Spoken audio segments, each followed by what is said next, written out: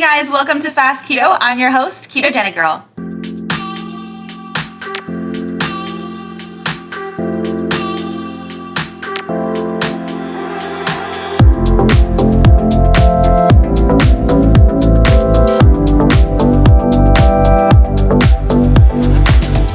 Hey guys, welcome to Fast Keto. This episode is brought to you by Ketogenic Girl, and if you haven't picked up a copy of my brand new cookbook, Keto Essentials, head to Amazon today. It actually is 31% off. It's on sale right now, and it is everything that you need to know from a beginner to being advanced keto about getting the optimal results out of your ketogenic lifestyle. It explains everything about why keto works, how to test, how to interpret results, and lots of keto hacks to get you results quicker. It also has 150 of my most favorite decadent, rich, delicious keto recipes that are so nourishing and are so much fun to cook. Some of my favorite recipes like my keto pad thai, fettuccine alfredo, some of my favorite desserts like keto cookie dough. There are so many delicious treats and ways that you can make keto work for you. A lot of easy to find ingredients. I don't put a lot of hard to find ingredients in the recipes,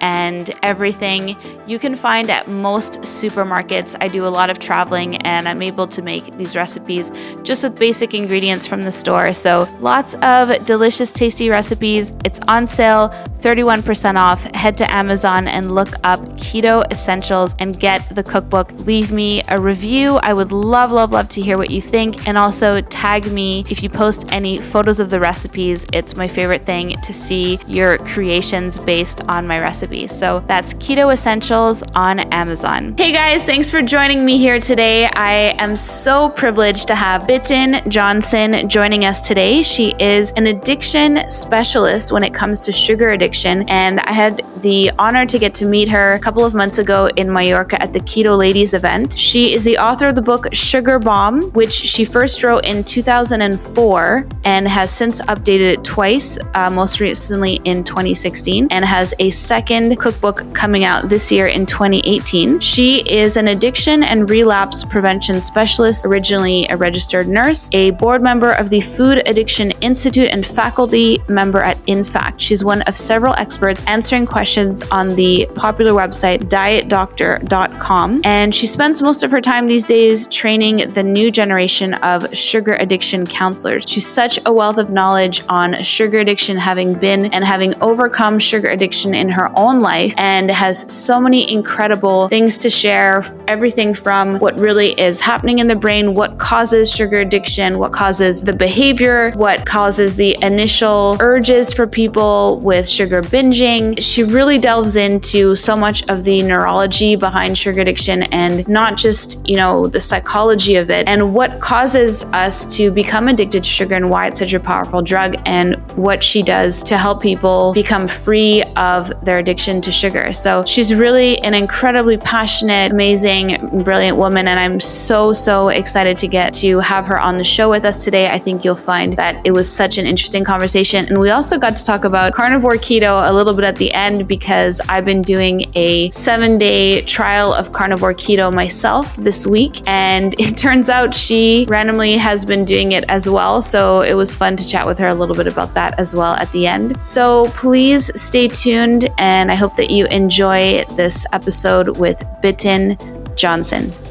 A few disclaimers. By listening to this podcast, you agree not to use this podcast as medical advice, as I am not a qualified healthcare provider. The information presented on this podcast is for educational purposes only. Ketogenic Girl is not qualified to provide medical advice. Consult your own physician for any medical issues that you may be having. This entire disclaimer also applies to any guests or contributors to this podcast. Prior to beginning a ketogenic diet, you should undergo a full health screening with your physician to confirm that a keto diet is suitable for you and to rule out any conditions or contraindications that may pose risks or that are incompatible with the ketogenic diet. A keto diet may or may not be appropriate for you if you have any kind of health condition, whether known to you or unknown. So you must consult your physician to find this out. Anyone under the age of 18 should consult with their physician and their parents or legal guardian.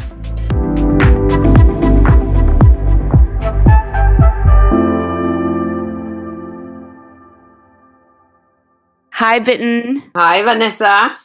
It's so great to have you here with us today. And I was just saying, it was so incredible getting to meet you in Mallorca because I found your presentation on sugar addiction so fascinating. And I really wanted, to have you on the podcast to share some of your knowledge. For anyone who may not know about you yet, maybe you could start off telling us a little bit about yourself. Yeah, I'd be happy to. I am from the beginning a nurse, a registered nurse, and worked with internal medicine for many years. And then I moved to US in 1982. I met chemical dependency. What I didn't understand was that I was one of them, and I got help for my alcoholism 1985, which made me step into a new world about addiction medicine. I didn't even know that existed, specialists in addiction medicine and about the brain, and it is a brain illness. So I was totally fascinated learning about dopamine and serotonin and what happens, when psychoactive drugs hit our reward system. So that was my intro to this field. And then some years later, I learned that I was a sugar addict, and also learned that sugar addiction was actually what made me an alcoholic. Today we talk about addiction interaction disorder. One illness, many outlets, that we switch between drugs and outlets. So I love following all the addiction research that is done today. And then I've worked with in the beginning called food addiction, because we didn't know that it was sugar and flour that was the culprit.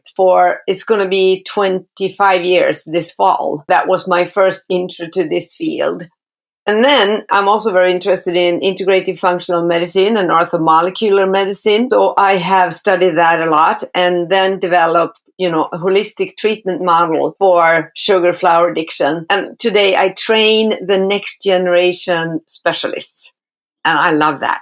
It's amazing. You really have a stunning, list of credentials and background. And I really think it's amazing too that, you went through this yourself, and that puts you in a special position to be able to help other people, as opposed to being someone who's giving advice or treatment based on something that they've never actually experienced for themselves. I used to say, a lot of people, I just had a journalist interviewing me this morning, and she said, sugar addiction is very controversial. And I said, well, it's not long ago since it was controversial if the earth was flat or round.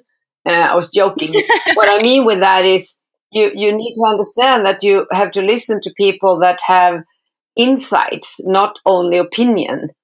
And a lot of people do not have training in the addictive brain and the medical research on addiction. So they have a lot of opinion. They are trained to think that everybody is the same, and it's not.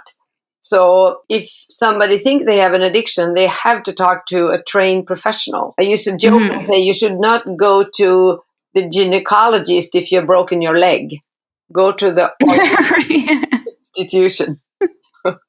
Exactly. And you want to seek out the right expertise. And I think it's so interesting with food because we don't typically classify it as a drug. We think of it as something that's good for us because we eat it every day and it keeps us alive. And I think there was a part I wrote about in my book where I said, could sugar potentially be classified as a drug, or is it just a stimulant? And I went through all the different reasons what kind of defines something as a drug. And sure enough, sugar can become a drug. So I'm interested on your take on that. And if, is sugar in itself addictive, and can it be a drug? Absolutely. We could see that it acted as a drug in certain people's lives, The thing with addiction is loss of control, and that you keep doing it even if you have severe negative consequences. I mean, you can't be 160 kilos and not have consequences, is what I mean.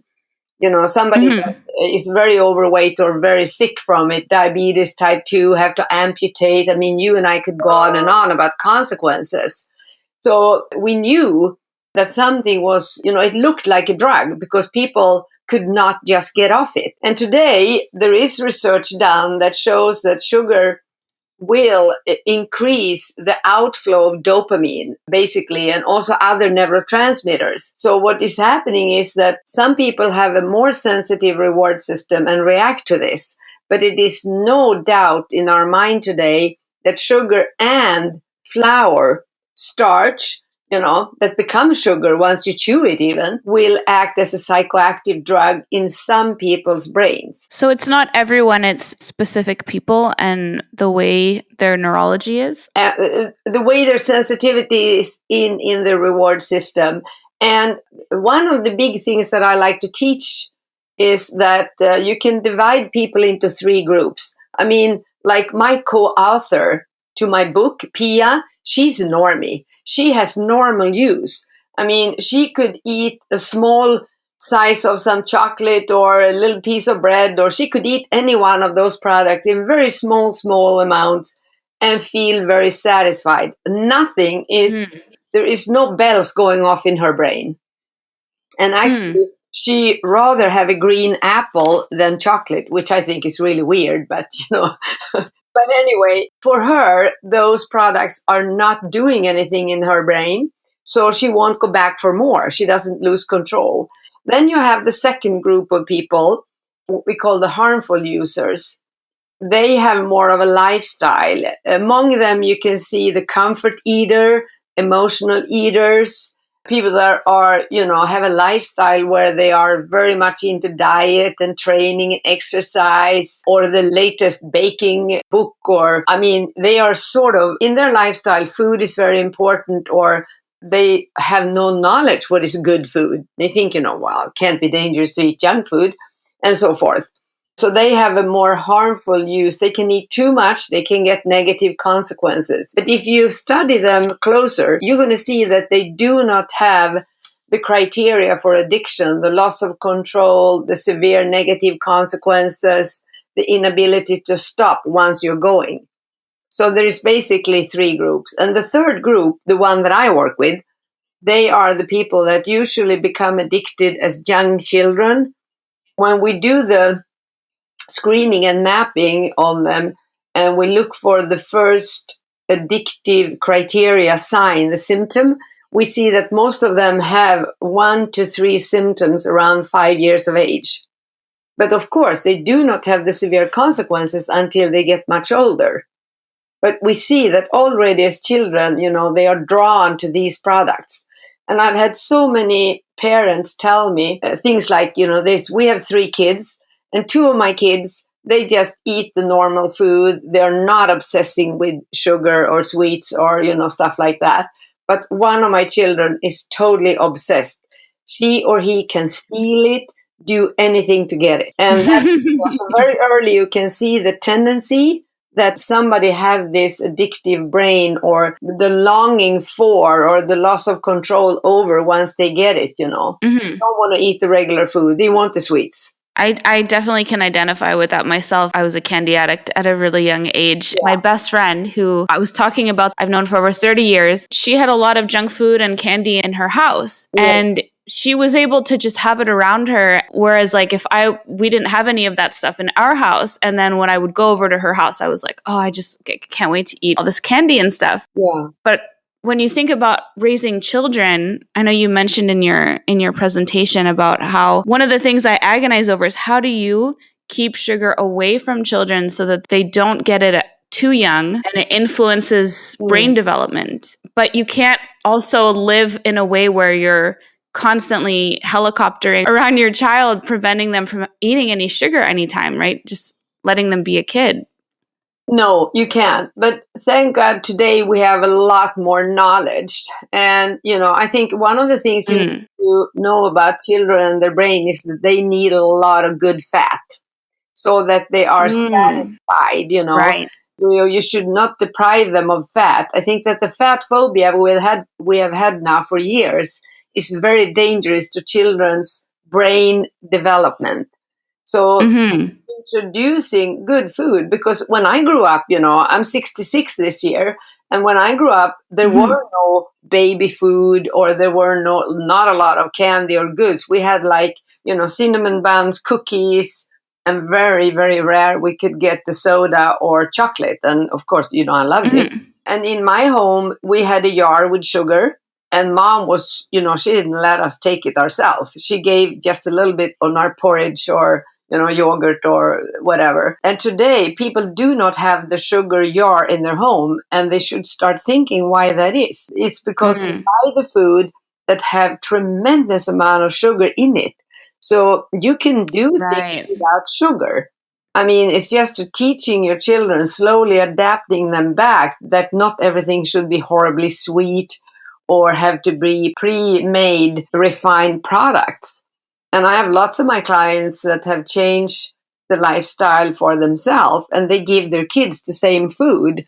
And in the beginning, they think it is horrible, but after a while they feel better. And you can teach even small children. You should never talk weight with children, and body and weight, and so they get obsessed with that. But one important thing is to show them pictures of food that increase energy, makes you feel healthier, makes you feel more joy, and not have the energy swing or the mood swing. But of course, kids go to school, kids go to parties. I'm not running that group, but one of my colleagues run a group for parents that have children they are worrying about.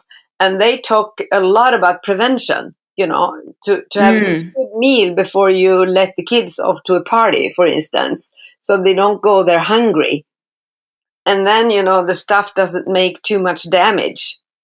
And you could also make good desserts. In your book, they're beautiful desserts. Beautiful. Thank you. You could absolutely use that to help children eat those things instead. So there are ways to do it. When you say that there are children who, like I was saying, I had this predisposition towards candy. For me, it gave me, I was very sensitive to the dopamine and all this. But then I had a friend who, she could be around it, wasn't really a big deal to her.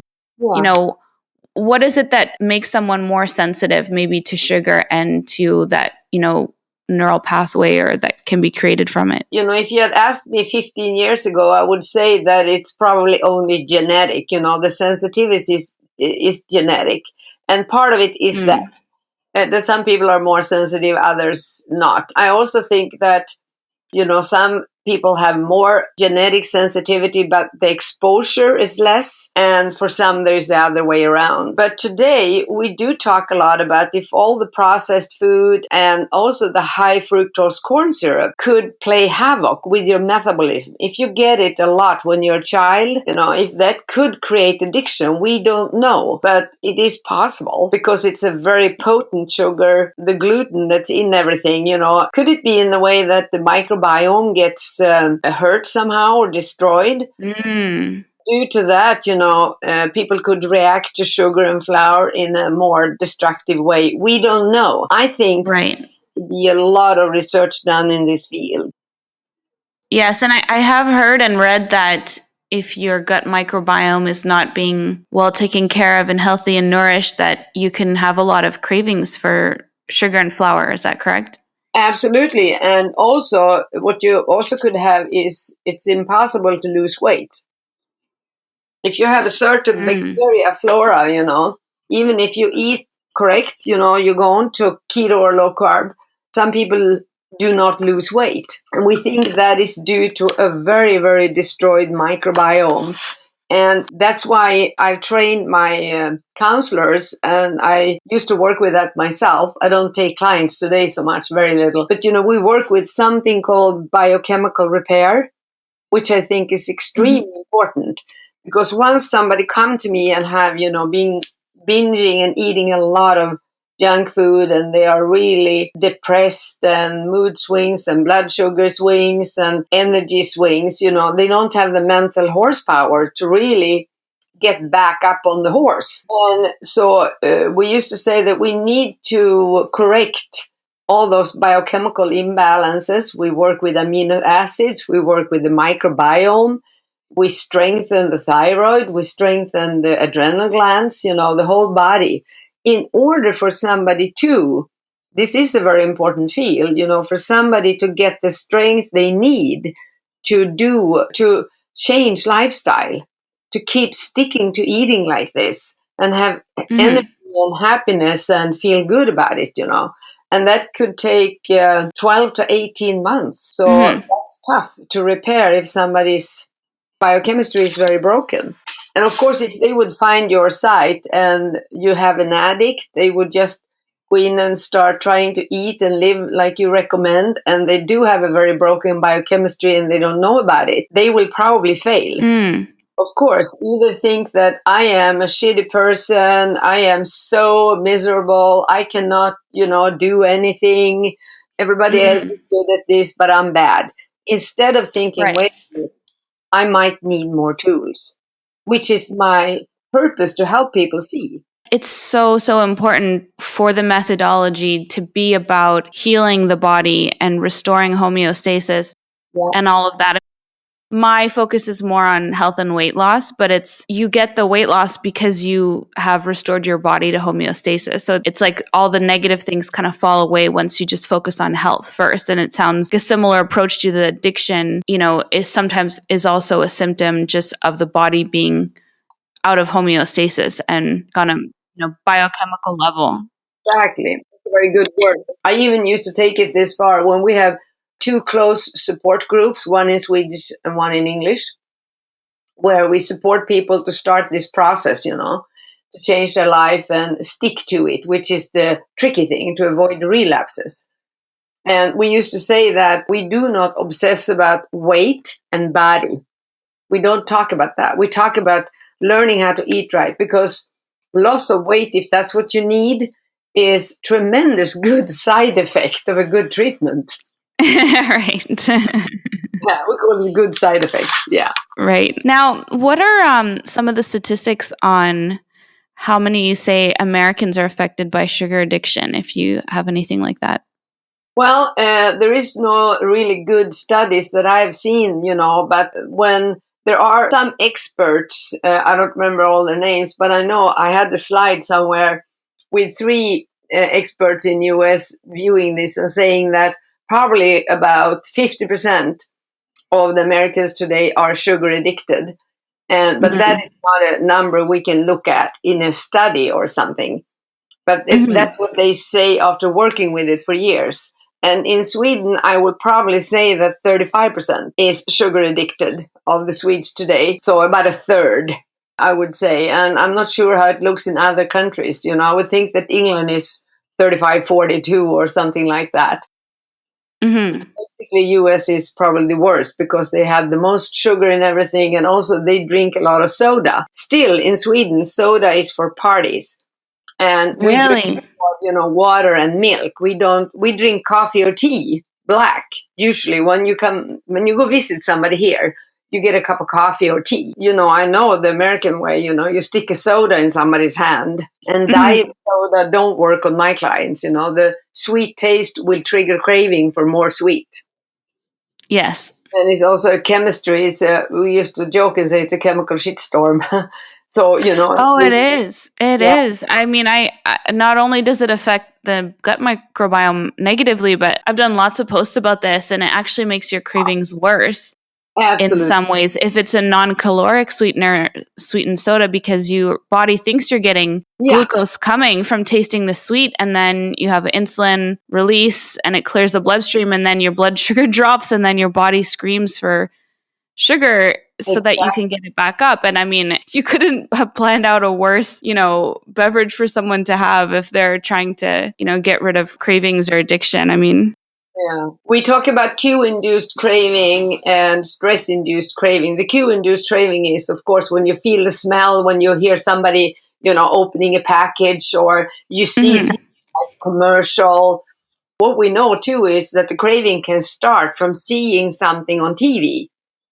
It hits your reward system in the brain, and the craving starts immediately from a picture. So it is, many avenues that can lead you to trigger and back to the drug. And that's why we work so intense with teaching our patients to learn about risk situation and warning signs to prevent, to have a strategy how you prevent this. Like if you're going to go to a party or go shopping or whatever, because we know these cue-induced cravings. And in this society, that we can go to your local grocery store and you have, the drug food all around you from the time you step in the door. So you need to train your brain to not react to that.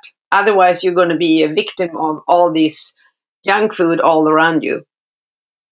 Well, I guess that's my most important question for you is, what is the treatment for sugar addiction? Because I think with food addiction, it's so much more complicated. For people with a drug, you abstain from it, you quit it, and that's how you measure. If you're not smoking cigarettes every day anymore, you're not a smoker. But with food, you can't get away from it. It's always going to be there, around you, I guess in many ways like alcohol, but you have to eat every day to survive. So for people, as keto or kind of having a system that is sugar-free, does that help your patients?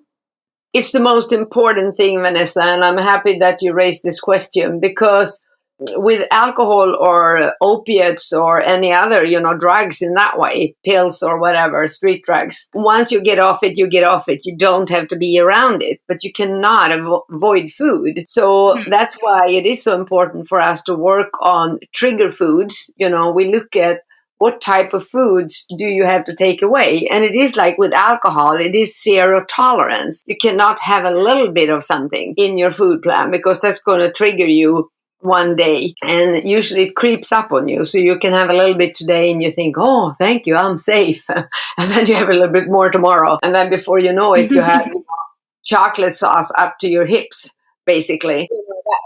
That's the way relapses end up. But we have to train to have a lot of tools, like that we eat regularly. We need to find our own fuel mix I'm talking about plain food, the kind of food that, you're eating and so forth. But also all of my clients need to have their own individual fuel mix. Some need more protein and less fat, and some need more fat and less protein, or, veggies or what have you. So that is something that takes time to develop, the correct food plan.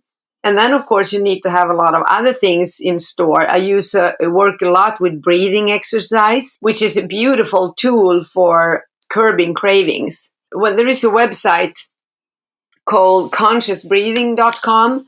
And Anders, the guy that has developed this technique and the tools we use, like taping our mouth at night and using the relaxator, which is the thing you put in your mouth that helps you increase your breathing capacity. And the reason for that is that most addicts overbreathe. They have stress breathing. They breathe a lot of times every minute, but very shallow breath. So we train this deep breathing technique and only breathing with our nose. And there are several tricks we use, which are incredible, because it also helps with metabolism and craving. And then we have, things like, we have tools like one day at a time. I used to joke, I don't know if I was doing that when you listened to me, about the red dog and blue dog. It's very important to give your illness a name, because remember, nobody is their illness. Because people that are trapped in the addiction, they think, I am a bad person. I feel so ashamed of my eating and my loss of control. I can never tell anyone about this. So what we actually do is that we encourage that you talk about it all the time. You tell somebody, you sort of gossip on your illness, which we call the red dog. We sort of learn how to diminish our red dog's power over us and increase the healthy side, which we call the blue dog. And this is an easy metaphor or analogy for people to work with. So they distinguish their behavior from being the person I am. I have this illness. I am not my illness. And, we use tools like one day at a time. Like if my red dog would tell me today that, oh, it was so fun and so incredible, enjoyed to do this podcast with Vanessa. So I need to have a special treat. I would like chocolate. And then, I said to my red dog, well, that was probably a good idea, but you know what? We're not going to do that today. No way. Today we stick to the plan. No, that doesn't really happen for me anymore. But you know what I mean? Because then you postpone it to the next day. And then you get your strength back, and the next day you can do the same again if you need to. So the thing with taking it one day at a time is extremely important when you're a food addict, because all the temptations is all around you all the time. Mm-hmm. Only for today that I eat like this. Tomorrow is another day. I'm not going to cross the bridge until I am standing by the bridge. That's my saying about this. And people think like this, oh, I can never eat like this again. I can never eat my favorite again. Or now I must eat like this the rest of my life. That's never going to work. If you think in that way, you're already throwing away a lot of energy into, a wide gap in the future. So basically what we do, we detox people. We put them on, keto, low carb food from day one. Cold turkey is the absolute best way. Otherwise, you're going to trigger into craving all the time. It's very hard. So we do it cold turkey, and we introduce them to really good foods. And we also use coconut oil and glutamine powder. The glutamine powder is an amino acid that actually curbs cravings. So it also hits your intestinal lining. It's a beautiful amino acid, and you can get it at most health stores. So we have them take 1 teaspoon to about up to 1 tablespoon between meals for at least 3 weeks, and then coconut oil or MCT oil, the good brands, of course, in some warm fluid like coffee or tea between meals. First you do the glutamine in regular water, and then you just do the warm. So these are crutches that we use to stabilize blood sugar for somebody in detox. And then, of course, we have a tremendous amount of support from the groups. People that are, several months or years ahead, they are sort of coaching along. Like, if you and I would go running and you're not really used to running, I would run before you and I would say, come on, one more step, come on. We're there almost. That type of encouragement is extremely important. And then also teaching people about, how do I handle this at home with my family? How do I handle this at work? What do I say to people? And I advise people to not run home and say, yeah, I'm a sugar addict. Everybody should understand that now. Right. No. Don't do that. Please don't do that. I just say to people that tell them that you went to some kind of a health class and that you think it's going to be fun to try to eat like this for a while, and stick to your guns, because otherwise you're going to have the still active addicts trying everything to get you back into the sugar trap or argue with you. There is no such thing as sugar addiction, and all these opinions. It's very crazy to do that in the beginning. Once you're very stable, there's no problem. You can say anything you want. And I used to think about that in the beginning. I didn't have any great one-liners for people that were at me all the time, criticizing the way I ate and telling me that it was all in my head and blah, blah, blah. Now when I have all the good one-liners, nobody criticizes me or asks me. And I think that's so sad. Can't you do that? Why you eat so strange? Oh, wow. You got some good singers. Yeah, that's great. Yeah. Hey guys, just taking a really quick break to talk about the 28-day Ketogenic Girl Challenge. If you're interested in doing a ketogenic diet for yourself, it's a great place to start. I teach you everything about how to follow a keto diet to get yourself into nutritional ketosis, and it includes 28 days of meal plans.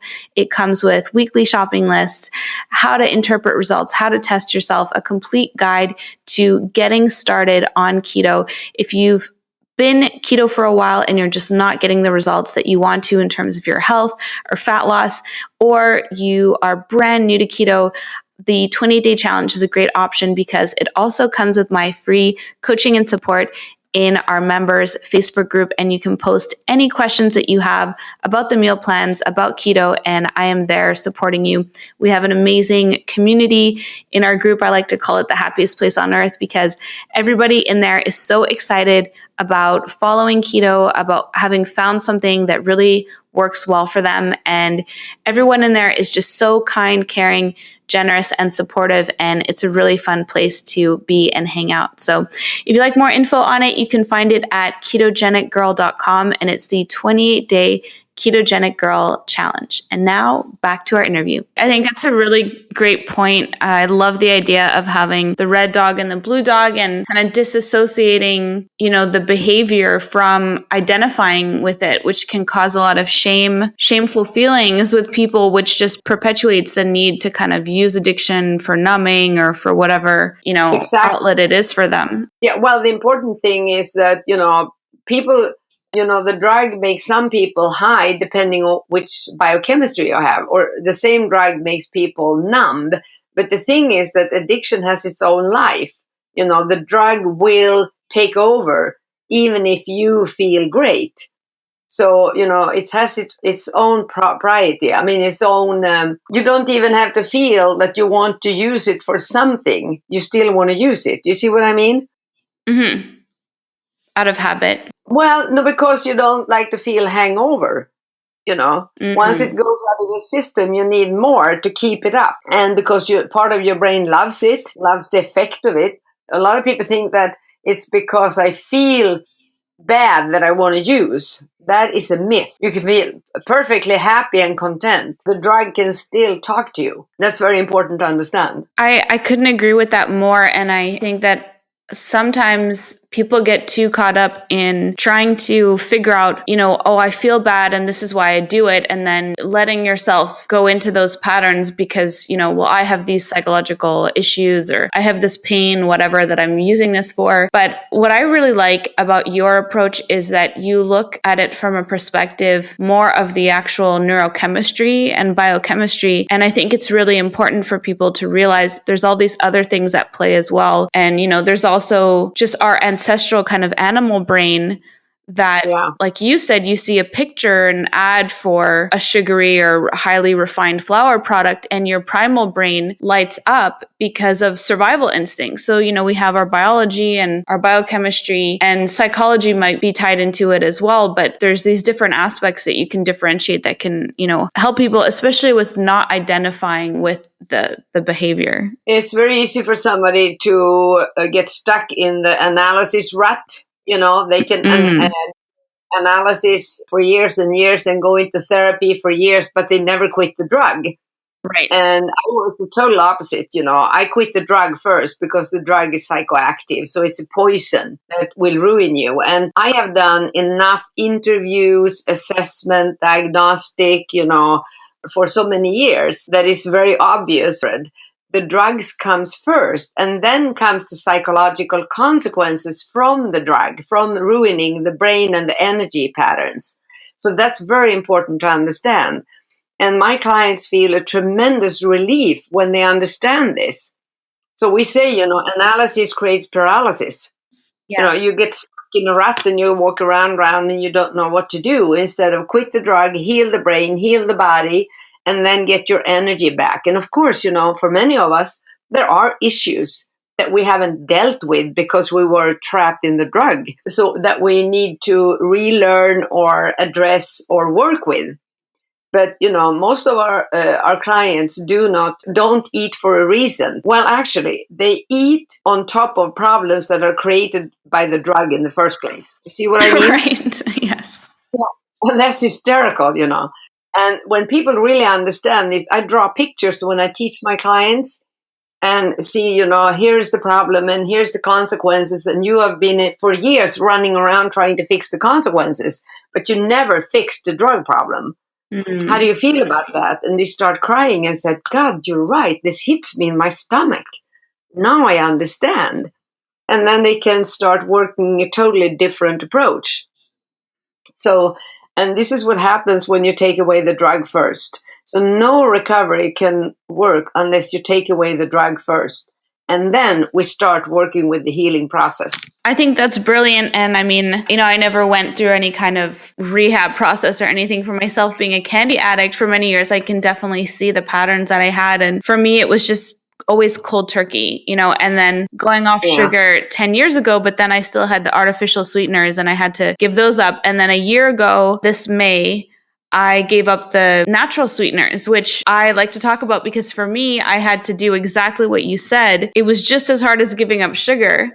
And I had to just say, I'm just going to do this for one day. And I didn't even know that I could do it for a day, and then it's been a year. And for me, it's just a part of my personal journey. And I'm not saying that everyone has to do that. It's just for me, it enabled me to finally not have any kind of those cravings. I really love that idea of just taking it one day at a time and not saying, well, this is something I have to do, for the next several months, for the rest of my life. But just today, this is what I'm doing. And it really helps, I think also just with that primal brain side of us. Absolutely. And I understood and I hear that on you. You have a lot of knowledge about this. And also, when I met you in Mallorca, you were so vibrant, healthy. I could see that on your skin, the way you moved and all that.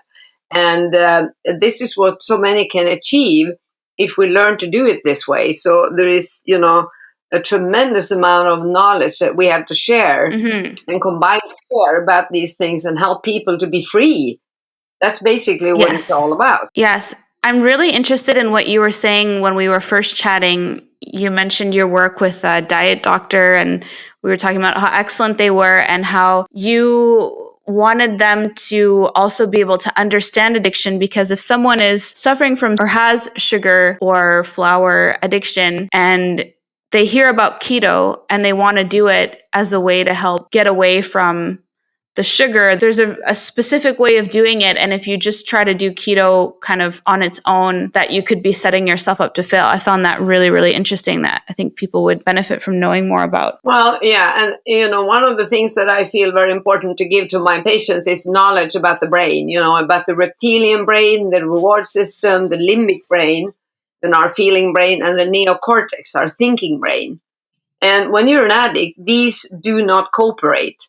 It's like they are absolutely going their own way. And the problem is that once an addiction is in place in the reward system, the reptilian brain is taking over. So even if you go and you start thinking, well, I need to lose weight, I want to look like her, or I want to be healthy like he or she, and you have a lot of like diabetes or heart problem or depression, or you have a lot of problems, and you think, I'm going to use this diet to be healthy. And you do not understand the power of your reptilian brain, which has no word, which doesn't learn from mistakes, which is very, ego and can take over, actually can hijack your limbic system and your neocortex, where your senses is and your higher function. And if you don't understand that, you're going to do well for a while. And you think, oh, I found it. Yes, now this is the way I'm going to eat, da, da, da. And then you come to a party or a dinner somewhere and somebody, you have all these cakes standing there and you get a cue-induced craving and you're going to panic. And it can take totally over. So even if you plan to eat your food plan, you find yourself, totally crazy eating 3 cakes or something, or 10, and then go to the store and buy 15 more. And then you're off on a binge, which can last for weeks, months, years. And you're sicker than ever because you don't understand what we call upregulating and downregulating in the brain, which is very potent. So that's why it is very important to identify these people and help them see behind their illness, behind the overweight, behind the diabetes, behind the depression. Could it be an addiction? So if you don't address that and make a treatment plan for that, you're going to fail with these things. And then you're going to jump from one low carb to the next low carb to the keto. You panic and go vegan. You panic and go raw food. My clients have tried everything. So this is what's going to happen. And in the meantime, you feel absolutely lousy. You feel like everybody else succeed and you are the biggest failure on earth. It's just that you have a different biochemistry. So these are very important issues to address with people to help them see this. Can you explain a little bit more about the upregulating and downregulating and why a trigger for a binge like that can happen for someone? It's very easy to show pictures and draw it, but I try to explain it in words. What happens when somebody with, a sensitive And remember one thing, to have a sensitive reward system is not a defect, it's a gift. It's a total gift, Vanessa, to be a sensitive person. But you need to have the driver license on your brain. Otherwise, it's going to. Yeah, you need to have a good driver license. If you start on the drug, and this happens with opiates and alcohol and all drugs, in the beginning you have what we call the honeymoon. The drug works beautiful and it gives you what you want. Either you want a high or you want to be numb or have energy or whatever. And you feel just happy and blissful in the beginning. Because what is happening is that there is when your brain then suddenly releases tremendous amount of neurotransmitters, the receptors are not enough. So the brain will meet that release with building more receptors. That's upregulating. Of course, it has to adapt to that. Homeostasis, that's what our body do. And then you keep, having your bliss and eating your drug more and more and more and more. And then your tolerance, you get an increased tolerance. So if one cake was enough 5 years ago, suddenly you need 5 cakes to have the same effect. You know about that, right? Yes. Increase in tolerance also happens with all the drugs. So now you eat so much of this that you get a lot of negative consequences. Your stomach breaks, your microbiome, your immunity system is bad, you get sick all the time, headache, hangover, pain, blah, blah, blah, and so on.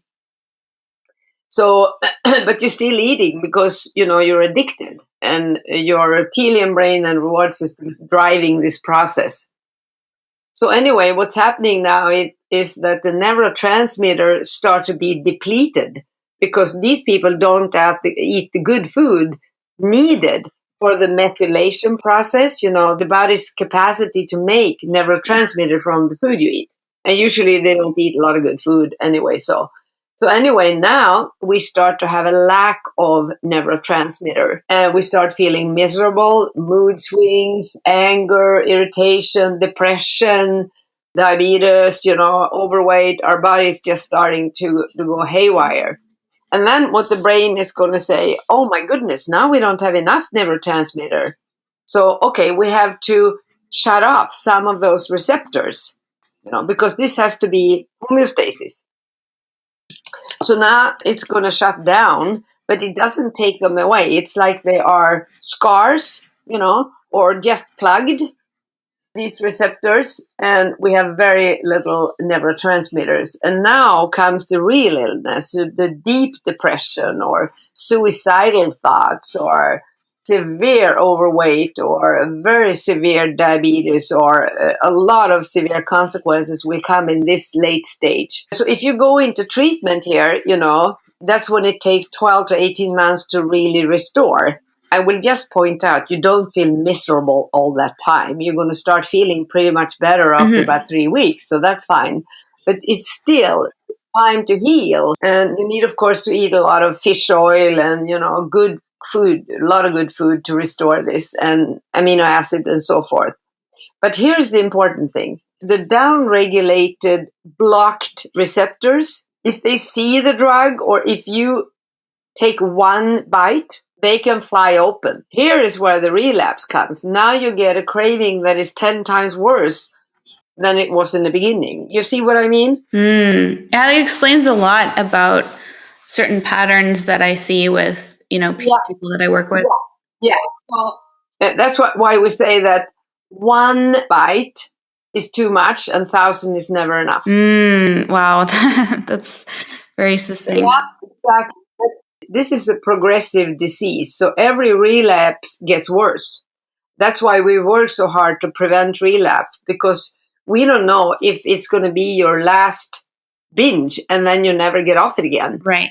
Unless we lock you up. But, nobody locks these people up. This is what I like to teach my clients about, and how to restore, how to make those scars or plugs not so sensitive anymore, to create the balance that we need back in our brain. And we need to look at the methylation chain. B vitamins is really good here, but you need to know what you're doing. You need to restore your stomach, your microbiome, so that you have villi, which usually is broken from, all the flour, the gluten, and we need to fix that and a lot of other things, and in that way you heal. So you come back to a level where you're not this sensitive. But that is what upregulating and downregulating is all about. It's really, really interesting. And I especially find the connection between, I guess, a ketogenic diet for people who have tried everything else. I mean, I know I was one of those people. You try everything and then you finally find something that maybe works for you. Keto isn't necessarily for everyone, but there is some consistency in how it has helped people get over sugar addiction, just eat whole foods, nourish their body, feel better. Sugar has less of a grasp or influence over them in their lives because of this. And it sounds like it all just comes back to the fact that you're getting so many of your essential fatty acid needs met and amino acid needs met that maybe either contribute to or develop as a part of the addiction, throwing things kind of out of balance. So it's the fact that a ketogenic or low carb, high fat diet really focuses on providing all those essential nutrients to the body so that you're healing and feeling better. And then it makes you better equipped to be able to withstand triggers or those kinds of things. So is that for all of your patients? Is that typically what you do, is cut out the sugar and flour, as you said, cold turkey, and then implement a well-rounded low carb, high fat or keto kind of lifestyle? Exactly. That's a basis. That is what gives you energy and health back. That's the most important thing. That's a foundation in order to, get your life and your energy back, in order to develop other lifestyles that you need, maybe start exercising or be the sheep farmer you always wanted to be, or just whatever, fulfill your dreams, which has not been done during all the years that the drug has had you in its grip. So it is low carb keto. But, within low carb keto, the fuel mix could be slightly different. And then something I see that people that have been on high carb, high sugar, they have destroyed the hydrochloric acid and lipase effect in the body. So usually in the beginning, we put them on hydrochloric acid and fat enzymes, because they don't break down those things very good. So we help them break it down in order for them to be capable of taking up the nutrition and also restore the iron. A lot of people have, low iron. And if you have a low iron, your body cannot make dopamine and serotonin and so forth. So that's another issue we address. Well, there are several, but those are some of the issues that we do address with these people. And of course, it is keto, low carb, no doubt in my mind. And does fasting, what's your opinion on fasting with regards to food and sugar addiction? Well, I think that it can work beautiful with a lot of problems, but not in the beginning with sugar addicts, because it usually bounces them right back into a relapse. This is my experience, when they have tried. So I used to say to my clients that fasting is great, but don't do it until you have been very, very stable for about 12 to 18 months.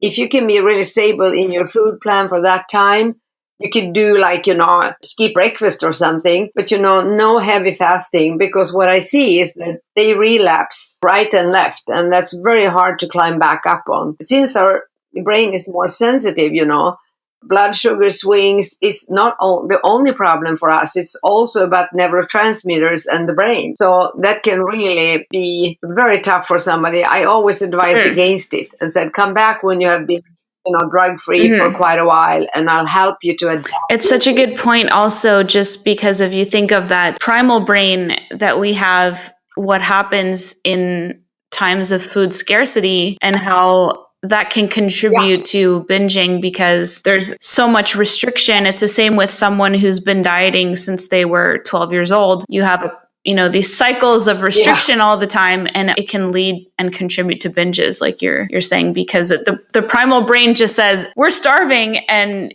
there's food around now, so we better eat everything in sight. And that's not anyone's fault. It's just pure biology. Yeah, and then if you're an addict, and you have upregulated and then downregulated, if you take first bite, all those blocked receptors fly open. And to try to stop that is like, I'm telling you, please don't breathe for an hour. Right. It's impossible. Biochemistry. So by having a small bite of sugar, food with sugar in it, it will trigger like a cascade of kind of, Yeah, it will trigger, that all the receptors fly open. So it's like you would have a huge nest with starving baby birds gaping up at you, screaming, feed me, feed me. That's really intense. I'm actually curious as well because on your thoughts on this, as I heard Dr. Adam Nally speak about this a couple times about how carbs themselves have this thing called the hedonic response in the brain, where one of the reasons keto works so well for people is limiting the amount. And then if they have even a little bit of it, if it's too much carb after a certain threshold, it triggers this hedonic response in the brain that just makes you crave more and more and more. And I wonder if that's what you're referring to. That's exactly what I teach my clients. That's exactly what I teach my clients. So one piece of fruit, one piece of carrot can trigger a sensitive person. And we say also that these people are extremely carbohydrate sensitive. Mm-hmm. And, we say sugar, flour, processed foods, and they say hedonic foods. And we mean the same thing, and we talk about the same thing in a little bit of a different language. Yes. But that is exactly what exactly. Word by word. So that's so interesting. I'm curious about your thoughts on this as well, because I had it in my notes here to ask you about, but there's been this rising popularity of a carnivore diet. And I have to say, when it first came around, like I was really opposed to it. I always put like hashtag green keto on my posts and say, we need these fibrous greens for the gut. It's so important. I'm always posting about fermented foods and healing the gut microbiome. And we need all this fiber. It's so important for the body. And I kind of thought it was really extreme. And I know that I'm an extremely sensitive person in life in general, but also when it comes to carbs. Yeah. And my experience of trying it this week has been phenomenal for me. I just wanted to do a trial just to see how I would respond to it. And because you can only eat, meat or dairy products that are all very keto rich in, healthy fats and amino acids, I found that the thought of having any kind of food once I'm properly nourished is almost like repulsive. Mm-hmm. It's like your body gets so full so quickly. It has all its nutrients needs met very, very rapidly. But if I were to think about having anything with carbs in it, avocado or dark chocolate, like 100% dark chocolate even, my body goes, oh yeah, we can have some of that. Like we'll make room for that. We're not full yet. But if I think about having more like meat or whipped cream or anything like that, that's part of the carnivore framework. Like I can actually hear my satiety signal so loud saying like, no, like we don't want any more. I think I've just been discovering personally for myself that my sensitivity to carbs is still very high. And maybe that's from, like you were explaining, the hedonic response, that it takes time to heal over many years, that those, the brain will still be primed and could still be sensitive. And I've just been posting about it a lot this week. Like I felt satisfied on keto, but this is like another level that I didn't know was possible in terms of like not having any cravings or, urges to have like sugar, anything. I think it's so interesting because I started this a little bit, trying this a little bit out before I went to Mallorca, because I follow Ted Naiman on Twitter, and there are a couple of guys that do this, and I was very curious, and I felt like you, my goodness, could that really be healthy or okay? Yeah. And, another fad diet and so forth. But then I had two clients which are, volume addicts, which is a form which is a consequence of the sugar and flour addiction as young children. And these are both 60 plus. And they struggle with, the regular low carb keto, and they relapse and they get binges and they get cravings. And I was thinking, my goodness. So I told them, why don't you try carnivore? And they said, are you nuts? And I said, sure. try it. And I thought, well, then I try it myself, because I also like to try everything I tell my clients to do, because I want to know how it feels. So I was trying it and I love it. I love it. I don't do it every day all the time, but I do it most of the time. Today I have done it for lunch already, and I will do it for dinner too. So I love it. That's amazing. Because you know what? I feel so strong in my muscles. I feel stronger, and I feel much clearer in my head. Usually I don't have any dips nowadays anyway, because, I take MCT oil sometimes between meal, and I have a very good keto diet going. But I do eat veggies at times, and, avocado and stuff like that. So I thought, I'm going to try it. And I love it. Talk about simple. Not a lot of cooking. It suits me. I know. It's so efficient. Yeah, maybe it's not for everyone. I have no idea how it's going to work in the long run. But, I don't think it has to be either keto or carnivore. But, sometimes I'll do carnivore. That's exactly what I wrote as well. And I said, I'm trying this for a week, but then it might be something that, like, within a week, say 2-3 days of that week could be carnivore, 0 carb, and then other days maybe could have a bit more carb. But I personally suspect that, and I wonder, I'm curious about your response to this, but if someone is so sensitive to carbs that even limiting it to, say, 20 grams per day could still cause, cravings or triggers. Whereas having none at all and having it fully out of your system, then there's just no, like, that's the experience that I've had personally. And I don't crave a lot of carbs. Like, I just mostly, for me, it's like a bit of dark chocolate or, like you were saying, volume, like salads, like lots and lots of salads. Like, I have cravings for those. I always think, oh, my body must need like fiber nutrients, but I don't know how it's going to work out long-term either. But so far it's really astonished me.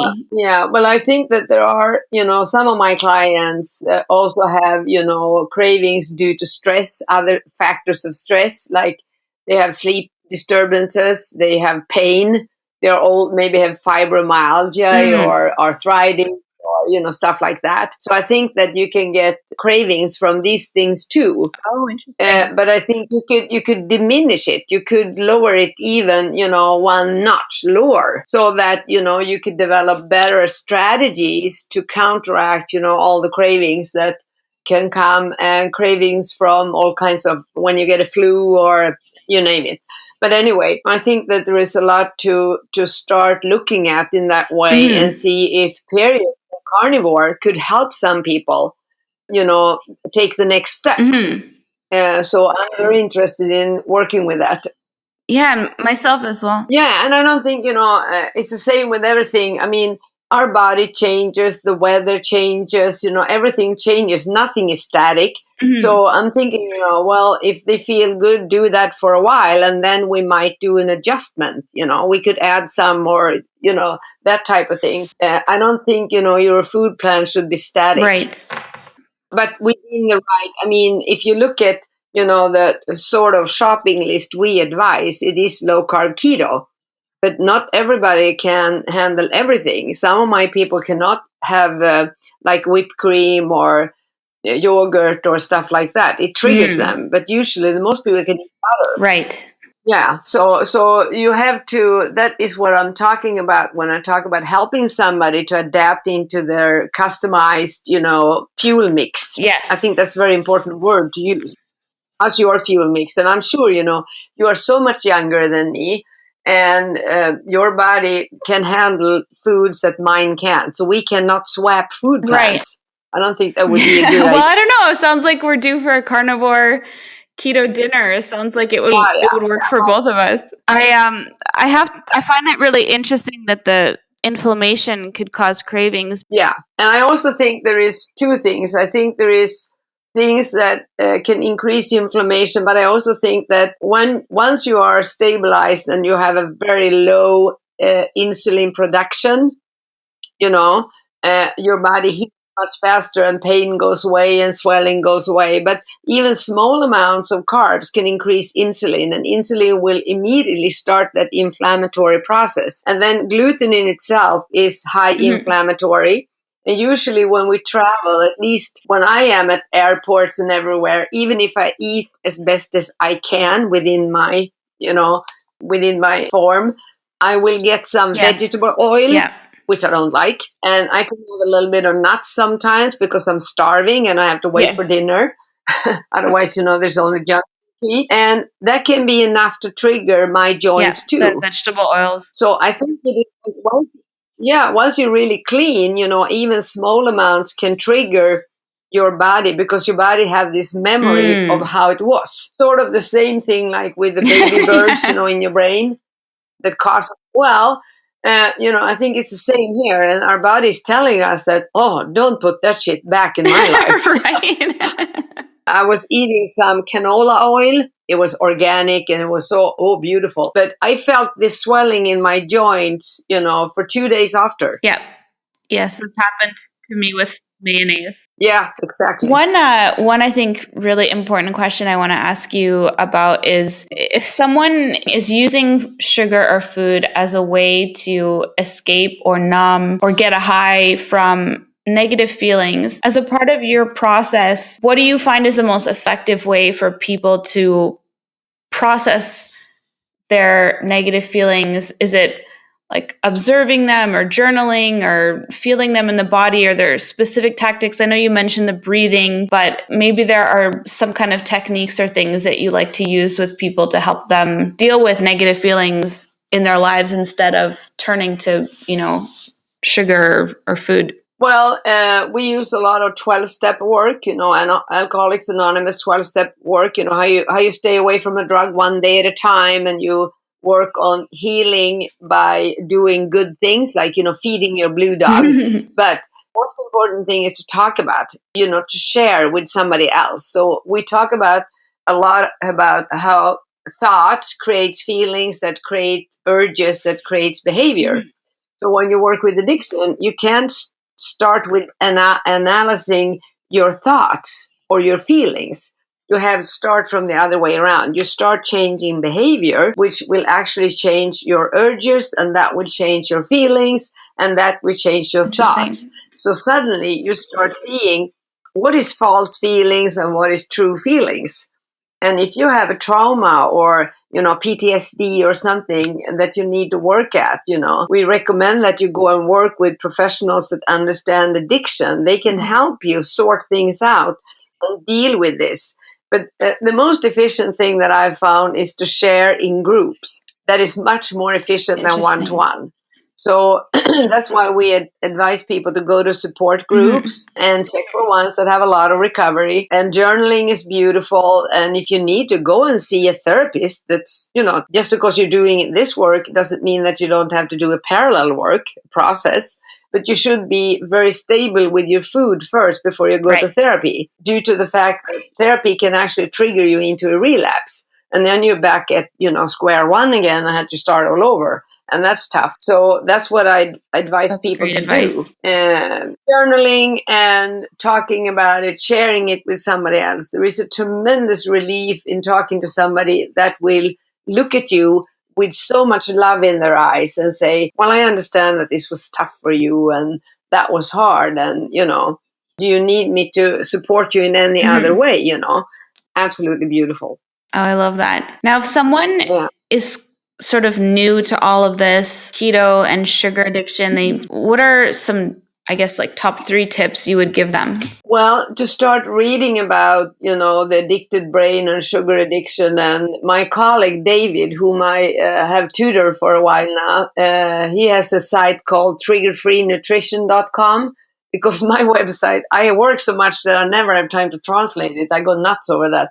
Well, I will do that this summer. It's a beautiful website. But it will be in English. So talk to a professional. I think that is beautiful. And look for a group.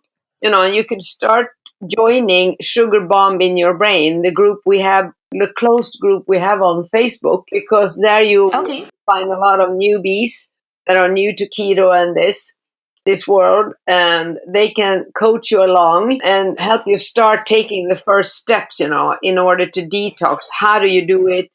And how do you stick to it? Because doing it is not most people have done the diet and they have fasting and they have done all kinds of things, quit sugar for many times. So that is not the hard part. The hard part is once you're over, the detox problems, is to stick to it and ignore the surrounding. I think you're crazy. So you need your peers. I used to quote Clarissa Pinkola Estes, he or she who cannot howl cannot find his or her pack. You need to learn how to howl. You need to find your pack and kind of find your tribe. And I love that. You need to howl, howl with them. Right. I.e. saying, I'm a sugar addict too. Yeah, right. I'm a sugar addict too. Hi, hi, hi. That's such a relief to know you're not alone. Yeah. And you need to learn about the brain. You need to maybe talk to a professional in order to, get a specific food plan. If you had some specific issues, illnesses or problems, you need to do that and so forth. So, those are some of the things you can start doing right away. And if someone wanted to learn more about your program, what would be the best way for them to do that? They can contact me and I will send them a couple of names of people I have trained that work online and that work in English. Oh, fabulous. Yeah, so if they want to talk to some professionals, we have names and emails and websites that we can help them out with. And also on Diet Doctor, there are some videos with me that they could start watch. I got a lot of feedback on those and saying, oh, I finally surrendered to the fact that I'm a food addict and now I finally understand after listening to you. And then they join the group Sugar Bomb in Our Brain. That group is growing all the time. So there's a lot of support in there. So anyone can join that Facebook group. It's Sugar Bomb in the Brain? Yes. If you need help, okay, or help or support or just meet your peers, please join it. But I want to mention that you need to answer the 3 questions that come up when you join. So we don't know, there is a troll or a robot. Right. We have had some people sneak in there. So please answer the 3 questions when you admit for, membership. Perfect. And I'll put the links in the show notes for people so that they can contact you and find the Facebook group and Diet Doctor. So I just want to ask you if you could put a billboard out there for everyone with sugar addiction to see, what would it say? It's not your fault. You are not a failure. You have a different biochemistry, my friend, and you need to learn about that. That's the way out. That's beautiful.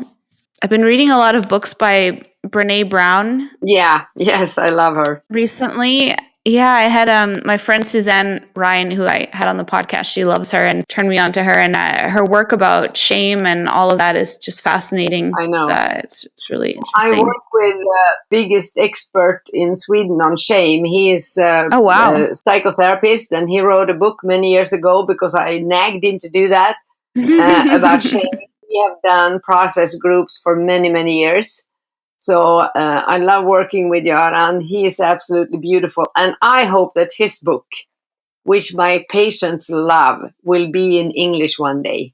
Is your book going to be in English? Yes, I work on it. I haven't found a publisher yet. I need to find a publisher in England or US. Now, in addition to that, you're going to be translating your website into English. And what else can people expect from you? What keeps you busy these days? Well, the most important thing that I do nowadays is that I train the next generation sugar addiction counselors. That's what I do, on a daily basis, tutoring, teaching, having webinars, and also live classes and lecturing and so forth. And that training will be available in English from fall. And it's called Holistic Addiction Medicine Training. Oh, that's amazing. So that's the next step. Yes, it's a 1-year online training. Wow. Where people in biochemical repair as professionals in biochemical repair and the addiction model and how you screen, how you assess, how you diagnose, and how you make treatment plans individualized, and where people can find information like your website, and where they can go for learning more about the body and food. And then also all the other tools that we need, stress strategies for dealing with stress and relapse prevention, which, I love to work with that, to help people learn about risk situations and warning signs. So that's one of my favorite things to teach. Wow, what an incredible program. And the fact that it'll be online, so anyone, anywhere in the world would be able to take it. Yeah, absolutely. That's amazing. I have a request for a couple of years now, so now it's going to be. Sorry, when is it launching, or has it launched? It's not, I don't have the exact start date, but it's probably going to be the 3rd or 4th week in September. Oh, that's very exciting. But I will put online when it is coming. Awesome. And so that's probably pretty soon when I decide the date. Yeah, and if people want to follow, I guess you use Twitter for kind of announcements and things, or? Yeah, Twitter, I like Twitter very much, but I'm also on LinkedIn and on Facebook. I have a business page on Facebook called Bitten's Addiction. That's great. We'll put a link to that as well. They can follow me there. Awesome. Well, thank you so much for sharing all of your wonderful knowledge about sugar addiction and the treatment. And I know that so many people will get so much out of it, as I did when I saw you speak in Mallorca. I was just blown away by your presentation, and also just your passion, for helping people with this is really incredible. So thank you so much for, being here, sharing that with everyone. I absolutely love what you're doing, and it's such a huge tool for us. It's important that you remember that. Oh, that's fantastic. Even if you don't work with addiction, you have so much knowledge and insight and things that we need as tools in our lifelong battle with this illness, You're helping us feed the blue dog, I promise you. I love that. That's awesome. Thank you so much for sharing all of that with everyone here today, and we'll have to have you back on again in the future. Thank you very much. I enjoyed talking to you. Thank you guys so much for tuning in today. I had such a fantastic time speaking with Bitten. She is such a passionate and brilliant individual, and it was so wonderful to get to share some of her knowledge and also to get to talk about carnivore keto at the end, because I'm doing my 7-day experiment with it right now. And next week's episode is going to be fully diving into my experience with carnivore keto, all the observations I've had. I've been posting some of it. I've been tracking everything, and I can't wait to do a full episode on it, because what I've noticed so far has absolutely been amazing. So I'm really excited to do a full length episode on that next week. If you're interested in trying out keto for yourself in time for summer, or just in time for life because you want to get healthy and try out keto for yourself, check out the 28-day Ketogenic Girl Challenge. It's available at ketogenicgirl.com. And as a part of the 28 days of meal plans, you also get membership in our private members Facebook group, where I provide never-ending support and coaching, and all the other members in there do as well. It's so important to have that community, as Bitten was saying in the interview today, just having support and community around you when you're doing something like going off of sugar or just wanting to go keto for improving your health and disease prevention. So check out the 28-day Ketogenic Girl Challenge. Until next week, have a fat-fueled week, and be sure to leave me a rating, review, and hit the subscribe button so you can get notifications when I have new episodes out. See you guys then.